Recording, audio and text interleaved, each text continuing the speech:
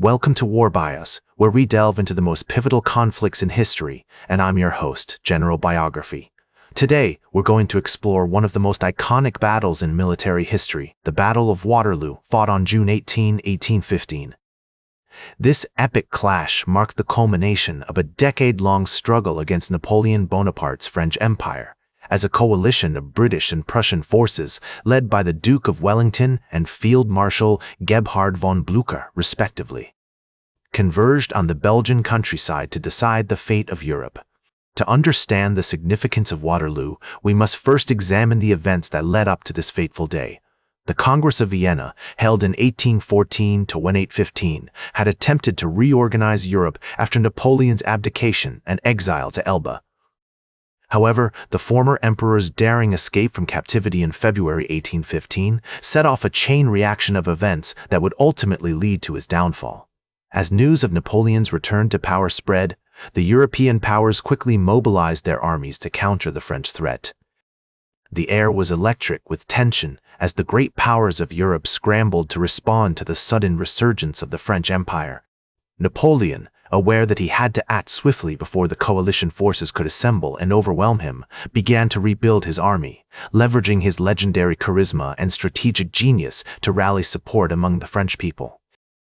He reinstated many of his trusted generals, including Marshal Michel Ney, known for his bravery and impulsive nature, Marshal Emmanuel de Grouchy, a skilled cavalry commander, and Marshal Louis-Nicolas Davout, a brilliant tactician with a keen eye for terrain. Each of these generals brought their unique strengths and weaknesses to the battlefield, and Napoleon's ability to adapt and utilize their talents would be crucial in the coming battle. Napoleon's strategy was to drive a wedge between the Anglo-Allied army under Wellington, stationed in Belgium, and the Prussian forces under Blücher, operating in the vicinity of Namur. He aimed to defeat each army separately, exploiting the distance between them and preventing them from combining their forces. This bold plan relied on speed, surprise, and the superior maneuverability of the French army. As Napoleon's forces began their march towards Belgium, the sound of drums and trumpets echoed through the countryside, striking fear into the hearts of the coalition forces.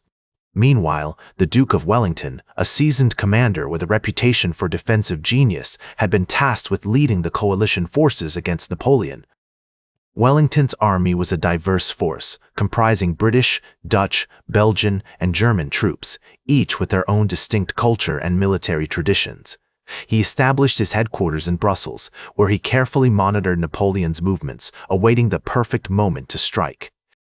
The city was abuzz with activity, as diplomats, spies, and messengers scurried about, trying to glean information about the French army's intentions. As the French army began its march towards Belgium, Napoleon's forces encountered the Prussian army under Blücher at the town of Charleroi on June 15, 1815. The ensuing Battle of Charleroi marked the beginning of a series of skirmishes and battles that would eventually lead to the decisive confrontation at Waterloo. Napoleon's tactical brilliance was on full display as he outmaneuvered the Prussians, forcing them to retreat towards Wavre. The Prussian army, though battered and bruised, remained a potent force, and Blücher's determination to rejoin the fight would ultimately prove crucial. With Blücher's forces in disarray, Napoleon turned his attention to Wellington's army, which was deployed near the strategic crossroads of Quatre Bras. On June 16, 1815, the French launched a surprise attack on the Anglo-Allied positions at Quatre Bras, hoping to drive a wedge between Wellington's forces and those of Blücher. The battle was fierce and intense, with both sides suffering heavy casualties. Napoleon's army, bolstered by reinforcements and eager to engage the enemy, was poised to launch a decisive assault against Wellington's forces, which were deployed on the ridges near Waterloo. The Prussian army, though battered and bruised, was slowly regrouping under Blücher's resolute leadership, preparing to play its part in the impending drama. The fate of Europe hung in the balance, as these two titans of military history prepared to clash in a struggle that would decide the course of European history for generations to come. As the morning of June 18, 1815 dawned, the skies above Waterloo were shrouded in a thick, impenetrable mist, casting an eerie gloom over the battlefield. The air was heavy with anticipation, and the scent of damp earth and gunpowder hung like a specter over the assembled armies. Napoleon's army, arrayed in impressive formations, stretched across the undulating terrain, their polished armor and glittering brass catching the faint morning light like a scattering of stars. The French emperor, resplendent in his iconic bicorn hat, stood atop a ridge near La Belle Alliance, surveying the landscape with an air of calculated confidence that bordered on hubris. Wellington's army, meanwhile, was deployed on the reverse slopes of the ridges near Waterloo, their positions carefully chosen to funnel the French attacks into killing zones. The Anglo-Allied commander, his eyes narrowed against the mist, watched as Napoleon's forces began to stir, their drums beating out a rhythmic cadence that echoed across the landscape like a death knell. The British troops, veterans of countless battles, stood ready behind the crest of the ridge, their rifles and cannons at the ready, waiting for the inevitable French assault. As the mist slowly began to clear, revealing the battle-scarred terrain in all its brutal glory, the tension mounted. Napoleon's artillery, massed near La Belle Alliance, unleashed a withering barrage against Wellington's positions, sending shells screaming through the air like demonic shrieks. The French guns, expertly handled by their crews, sent geysers of dirt and debris erupting from the earth as they pounded the Anglo-Allied lines with relentless ferocity. The ground shook beneath the feet of the soldiers, and the sound of the artillery was a living thing, pulsating with malevolent energy. As the bombardment intensified, Wellington's infantry huddled behind the crest of the ridge, waiting for the inevitable French assault. Their faces were set in determined lines, their eyes fixed on the horizon as they steeled themselves for the trial by fire that was to come. The British commander, a man of unyielding resolve, rode along the lines, his voice ringing out across the din of battle as he exhorted his troops to stand firm against the coming onslaught. One of the most pivotal moments in the battle occurred around 11:30 a.m. when Napoleon's cavalry, led by Marshal Michel Ney, launched a series of daring charges against Wellington's center. The French horsemen, their swords flashing in the sunlight like a deadly scythe, thundered across the battlefield, seeking to shatter the Anglo-Allied lines and send the British troops fleeing in panic. However, the British infantry, formed into impenetrable squares, stood firm against the onslaught, their bayonets bristling like hedgehogs as they repelled charge after charge. The French cavalry attacks ebbed and flowed like a tide of steel, each wave crashing against the unyielding rocks of Wellington's defenses. The British troops, their discipline and training honed to perfection, held firm against the assaults, their rifles and cannons firing in steady, controlled volleys that cut down the French horsemen with ruthless efficiency.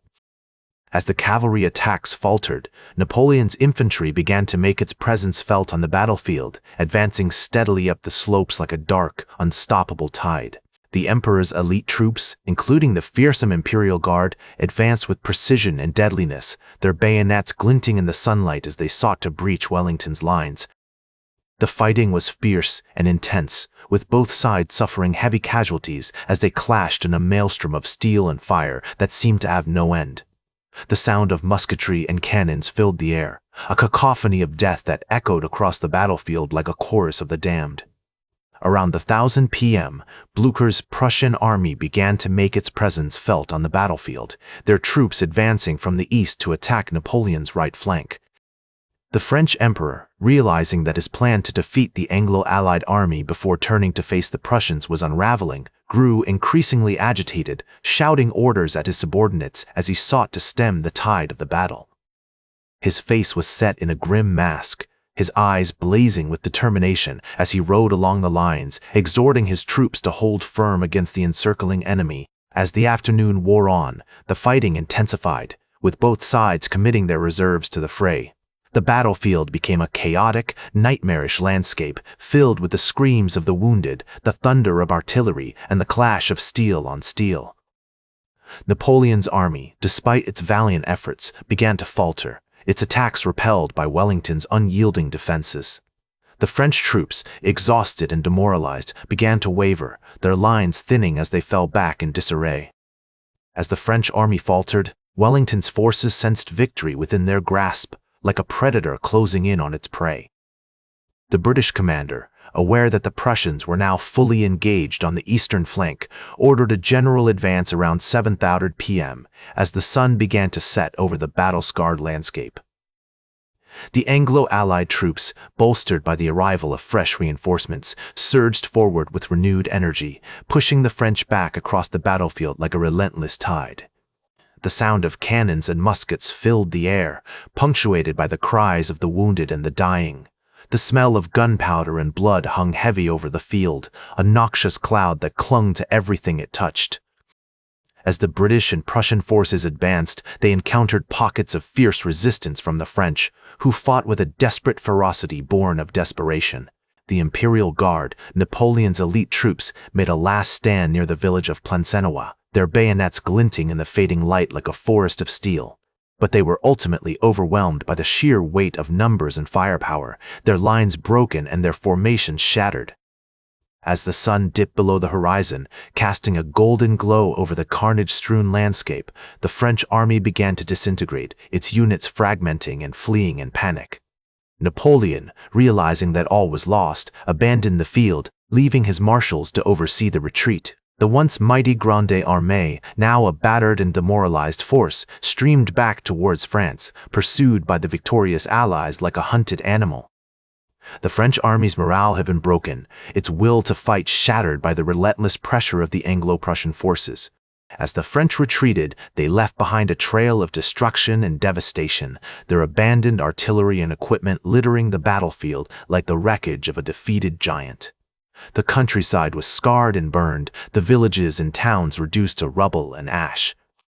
The human cost of the battle was staggering, with tens of thousands of soldiers killed or wounded on both sides. In the aftermath of the battle, Napoleon was forced to abdicate for a second time, marking the end of his imperial ambitions and the restoration of the Bourbon monarchy. Louis XVI ascended to the throne, ushering in a new era of peace and stability that would last for decades. The Congress of Vienna, convened in 1815, redrew the map of Europe, establishing a new balance of power that would shape the continent for generations to come. That's all for today's War Bios. Remember to like, share, and subscribe, and until next time, I'm General Biography reminding you to keep marching toward victory.